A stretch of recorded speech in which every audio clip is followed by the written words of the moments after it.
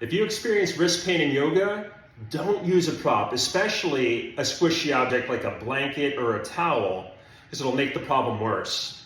And I'll show you what I mean. Start by bringing your palms to touch at your center. Spread your fingers wide. Okay, and flatten every knuckle in your hands.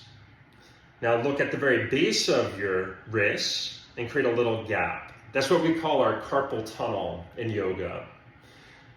And for a moment, smush that gap. Notice how your index knuckle lifts. If you're experiencing wrist pain, this is usually the misalignment that's occurring. And I'll show you what happens when you use the prop. So it would seem like a nice variation, right, on the wrist to place your hands on something soft. But what tends to happen, especially in poses like down dog, is the blanket will tend to wrinkle up the knuckles in your hands and shift your weight more into the heels of your hands at the base of your wrists.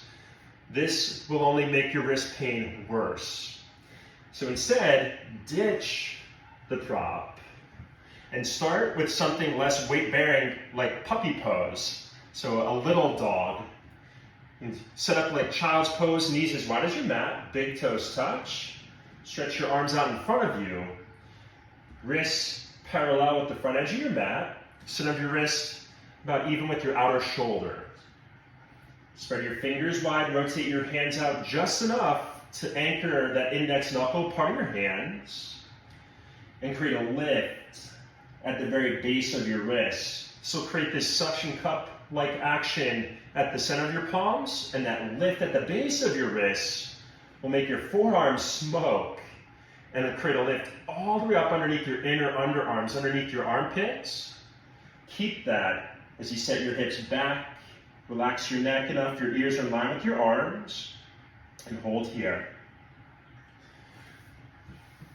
So if you're getting wrist pain, again, ditch the prop, don't use the blanket or the towel, instead modify in puppy pose.